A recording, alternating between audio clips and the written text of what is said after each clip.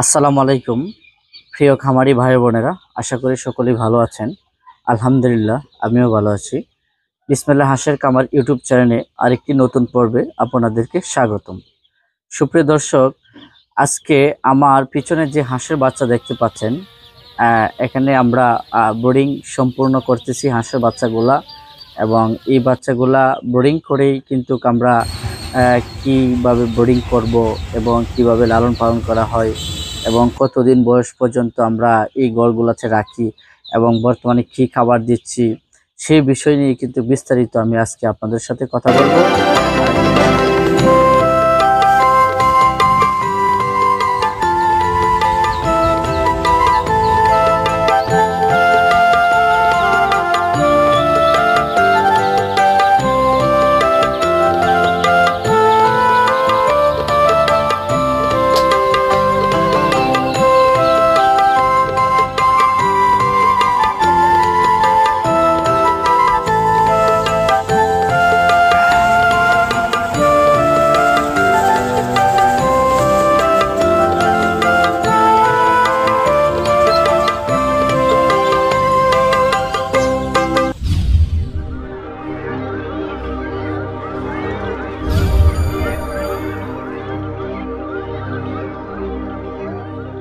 বলবো আর একটা বিষয় হচ্ছে, আপনারা জানেন বিসমিল্লাহ হাঁসের খামার এন্ড হ্যাচারি থেকে কিন্তু ব্রিডিং কমপ্লিট করেই কিন্তু হাঁসের বাচ্চা বিক্রি করা হয়। যারা নতুন উদ্যোক্তা আছেন তাদের জন্য যাতে কোনো ধরনের সমস্যা না হয় এবং তারা ব্রিডিংয়ে চলাকালীন যে সমস্যাটার মধ্যে পড়ে, এখন বর্তমানে জানেন যে একটি ভাইরাস বাংলাদেশে এসেছে, যেটি হচ্ছে আপনার ব্রিডিং করার সময় বাচ্চাগুলো মারা যায়।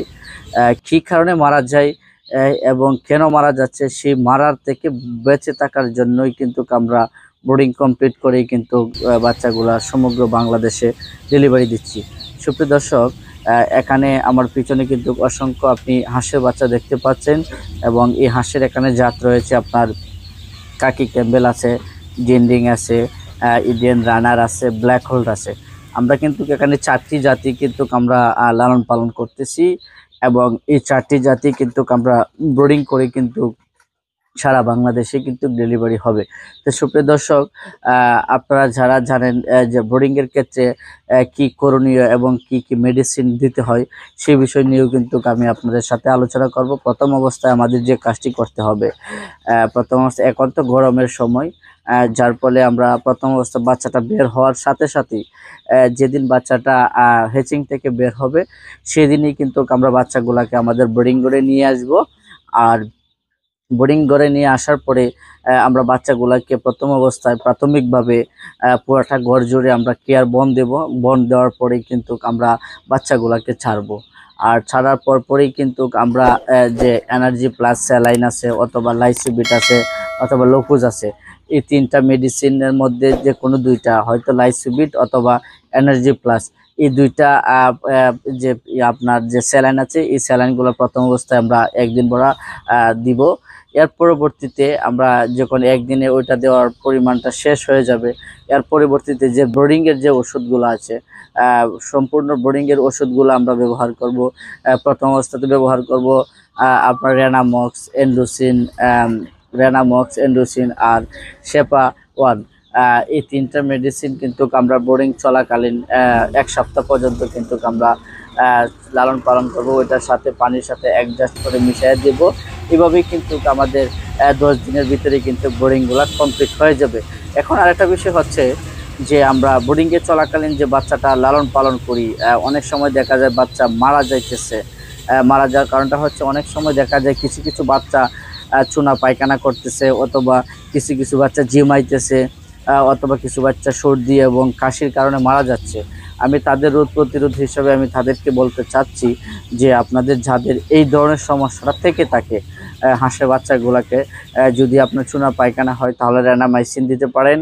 আর যদি দেখেন যে বাচ্চার যে মলটা, মানে বাচ্চার লেদা আটকে যাচ্ছে, তাহলে আপনি এন্ড্রোসিন ব্যবহার করতে পারেন। তাহলে এন্ড্রোসিন আর রেনামাইসিন, এই 2টা ওষুধ যদি আপনি কন্টিনিউ চালিয়ে যান, অবশ্যই আপনাকে 100% গ্যারান্টি দিচ্ছি আপনার এক পিস বাচ্চাও মারা যাবে না। তো সুপ্রিয় দর্শক, আরেকটা বিষয় হচ্ছে যে ব্রুডিং এর চলাকালীন যে তাপমাত্রা, এখন বর্তমানে তাপমাত্রা পরিমাণটা বৃদ্ধি মানে বাড়তি। আমরা চাইলে কিন্তু ব্রুডিং এর ক্ষেত্রে হয়তো 2 থেকে 3 দিন আমরা 100 পাউরি বাল্বগুলা ব্যবহার করতে পারি। যদি আপনার 1000 বাচ্চা হয় তাহলে 4টি বাল্ব ব্যবহার করব, আর যদি 2000 বাচ্চা হয় তাহলে 8টি বাল্ব ব্যবহার করব। 2 থেকে 3 দিন, সর্বোচ্চ 2 থেকে 3 দিন, কারণ এখন পর্যাপ্ত পরিমাণে গরম থাকার ফলে এক কথাই আমাদের বুঝে নিতে হবে, যদি গরমকাল হয় তাহলে খুব অল্প বাল্ব দিয়ে আমরা বোরিংটা করে ফেলবো, আর যদি শীতকাল হয় তাহলে পরিমাণটা বেশি দেব। তো সুপ্রিয় দর্শক, আরেকটা বিষয় হচ্ছে যে আমরা যে বাচ্চাগুলো লালন পালন করতেছি, এই বাচ্চাগুলার যে বোরিং চলাকালীন যে আমরা যে মেডিসিনগুলো দিয়ে থাকি, অনেকেই প্রশ্ন করে থাকেন যে ভাই ব্রুডিং চলাকালীন ভ্যাকসিনগুলো কমপ্লিট হয় কিনা। আমি তাদের উদ্দেশ্যে বলি, ব্রুডিং চলাকালীন কখনোই ভ্যাকসিন হয় না। ভ্যাকসিনের সময় হয় আপনার 18 দিনের মাথা থেকে শুরু করে। তো একটি বাচ্চার ব্রুডিং করা হয় সর্বোচ্চ 10 থেকে 12 দিন পর্যন্ত। তো 10 থেকে 12 দিনে কিন্তু আমরা ভ্যাকসিনগুলো দিতে পারি না, কারণ নিয়ম নাই। কারণ আপনি যে বাচ্চাটা যেটাকে আপনি ভ্যাকসিনটা দিবেন এবং দিবেন চিন্তা ভাবনা করতেছেন, সেটা কিন্তু তার সহ্যই করতে হবে। সেক্ষেত্রে সহ্যই যদি না করতে পারে তাহলে কখনোই আমরা ভ্যাকসিনগুলো দিতে পারবো না। প্রাপ্তবয়স্ক হওয়া আগ পর্যন্ত আমরা ভ্যাকসিন কখনোই দিব না। তো সুপ্রিয় দর্শক, আরেকটা বিষয় হচ্ছে যে আমরা মেডিসিনগুলো খাওয়ার পাশাপাশি আমরা কি খাবারটা দিচ্ছি এবং কি খাবারটা প্রথম অবস্থা থেকে আমরা শুরু করি। আমরা আগে জানতাম এবং আমরা আগে দিতাম যেটা প্রথম অবস্থায় সেটে বাচ্চাটা নেওয়ার পরে কিন্তু মুড়ি দিতাম অথবা চিরা দিতাম ভিজায়া, মানে খাবারটা ধরার জন্য এবং খাবারটা চেনার জন্য, সেই বিষয়টা কিন্তু করতাম। এখন আমি তাদের উদ্দেশ্যে বলি, অনেক সময় দেখা যায় আমরা মুড়ি অথবা চিরা যদি আমরা এই হাঁসের বাচ্চাগুলোকে দিই, বাচ্চা খাওয়ার পরে বাচ্চা পাতলা হয়ে যায়, মানে শুকনো হয়ে যায়। তো সেক্ষেত্রে আমরা কখনোই মুড়ি এবং চিরা দেবো না, এগুলো দেওয়ার কোনো প্রয়োজন নাই। ফার্স্ট টাইমেই ব্রয়লার টার্টার্স যে গুঁড়াটা আছে, প্রথম অবস্থায় আমরা যদি 1000 বাচ্চা হয় তাহলে 1 বস্তা, আর যদি 500 বাচ্চা হয় তাহলে 20 কেজি, এরকমভাবে অনুদাপি কিন্তু আমরা বাচ্চাগুলোকে প্রথম অবস্থায় ব্রয়লার টার্টাসটা খাবারটা দিব। এর পরবর্তীতে 2 থেকে 3 দিন চলে যাওয়ার পরবর্তীতে কিন্তু আমরা ব্রয়লার ফিট যেটা আছে, ব্রয়লার ফিট গুঁড়াটা না, তখন আস্তাটা আমরা দিব, এভাবে কন্টিনিউ। যদি আমাকে অনেকে আরেকটি প্রশ্ন করেন, আমি তাদের উদ্দেশ্যে বলতে চাচ্ছি যে অনেকে প্রশ্ন করেন যে আমরা কতদিন পর্যন্ত ফিড খাওয়াবো, এরপরে আমরা কি খাওয়াবো। আমি তাদের উদ্দেশ্যে বলি, আরেকটি প্রশ্ন আরেকজনে করে থাকেন যে কতদিন পরে আমরা পানিতে নামাইতে পারবো বাচ্চাগুলোকে বোর্ডিং কমপ্লিট করার পরে। আমি তাদের উদ্দেশ্যে বলি যে আপনারা যারা ফিটের বিষয়টা নিয়ে যারা কথা বলে থাকেন যে কতদিন পর্যন্ত, আমাদের যে হিসাবটা ম্যাক্সিমাম যে হিসাবটা আমরা করে থাকি, আমরা 100 বাচ্চাকে একটি বস্তা ফিটের খাবার খাওয়াই থাকি 50 কেজি। সেই মোতাবেক তখন আমরা বুঝি যে বাচ্চাগুলা কি আরো ফিট প্রয়োজন হবে কিনা। যদি প্রয়োজন হয় সরাসরি যদি আমরা মাঠে দিতে পারি তাহলে আর আমরা ফিট দিব না, আর যদি প্রয়োজন মনে করি যে না আরো কিছু দিব, তাহলে আপনার দেখা গেল আরো ধরেন 100 বাচ্চারে আরো 10 কেজি করে বাড়তি আপনি খাওয়াইলেন। এভাবে কিন্তু কন্টিনিউ আপনি চালিয়ে যাইতে পারেন। এভাবে প্রায় 15 থেকে 18 দিন পর্যন্ত যদি আপনি বাচ্চাগুলোকে খাবারটা খাওয়ান, তারপরে আপনার ফিটের যে খাবারটা ওইটা শেষ হয়ে যাবে। এর পরবর্তীতে আপনি ফিট, ধান, গম অথবা মিশ্রণ জাতীয় যেগুলো খাবার আছে এগুলা আপনি দিতে পারেন। এর পাশাপাশি আপনি শাকসবজি অথবা ফেনা অথবা আমরা যেটাকে ঝাড়মুড়ি বলে থাকি ওই জিনিসটাও কিন্তু আপনারা ওইটার সাথে কিন্তু অ্যাডজাস্ট করে খাবারটা তৈরি করে কিন্তু আপনারা এই বাচ্চাগুলোকে দিতে পারেন। সুপ্রিয় দর্শক, আরেকটা বিষয় হচ্ছে, আমাকে অনেক বলে থাকেন যে ভাইজান আমার বাচ্চাগুলা তো আপনার গ্যাস হয়ে গেছে, ঘর থেকে গন্ধ বের হচ্ছে এবং বাচ্চাগুলাটা মারা যাচ্ছে। গ্যাস এমন একটি জিনিস, এমন একটি রোগ, ওইটা যদি আপনার ঘরে চলে আসে তাহলে কিন্তু আপনার অনেক ধরনের ক্ষতি হতে পারে। সেক্ষেত্রে আমরা বি কেয়ারফুল, মানে সবসময় সতর্ক থাকতে হবে যে আমি যে ঘরটাতে বাচ্চাগুলোর ব্রুডিং কমপ্লিট করতেছি এই ঘরটা সবসময় আমরা পরিষ্কার পরিচ্ছন্নতা রাখতে হবে।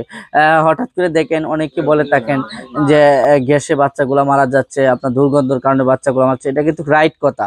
কেননা আমরা যে ঘরটাতে বাচ্চাগুলো পালন করি এবং বাচ্চাকে লালন পালন করার ক্ষেত্রে যে ব্রুডিং এর যে ঘরটা আছে, আমরা অনেক সময় কিছু জিনিস ব্যবহার করি, যেমন আপনার বন দেখা গেল, অথবা কেউ ব্যবহার করতেছি পলি, কেউ ব্যবহার করতেছি নেট জাল।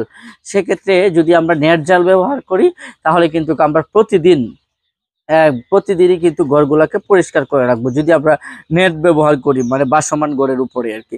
আর যদি মাটির মাধ্যমে ব্যবহার করি দেখা যায় আপনার গ্যাস হওয়ার আগেই কিন্তু আমরা যে মাটিটা আছে, অনেকেই মাটিটা তো আর পালানো সম্ভব না, সেক্ষেত্রে এই মাটিটার উপরে দেখা গেল যখন পর্যাপ্ত পরিমাণে দুর্গন্ধ আসে তখন ওই মাটিটার উপরে আমরা যে বিট বালু মানে যে ঘরের মধ্যে আমরা যে বিট বালুটা দিয়ে থাকি, এই বিট বালুটা পুরোটা ঘর জুড়ে কিন্তু আমরা মেরে দিব, তাহলে যে এখানে যে গ্যাসটা তৈরি হওয়ার কথা সেই গ্যাসটা কখনোই তৈরি হবে না।